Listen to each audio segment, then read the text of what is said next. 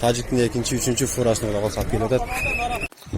2021 11 may Taciklerдің фурасы жүгі менен Кыргыздын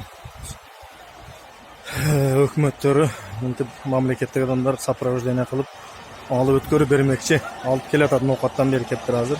Номери жок, Scania жүгү менен запчасть деп ататтар. Азыр мына шопурлар тосуп турат бу жерде. Мына Tajiktің екінші, üçüncü фурасы hem келди Кудай калса. Кирода турат. Mana bular Taciklerin demesini özleri soprovождение kılıyor. Mana organ adamları. Organ adamları özleri soprovождение kılıp duruyor. Ne kılasın?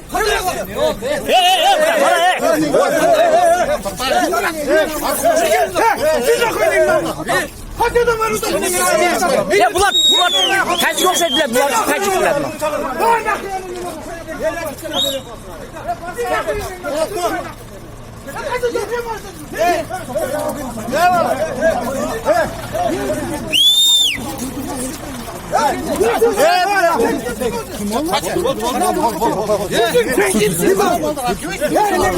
Bizim aldırgan o da tepkinden ama.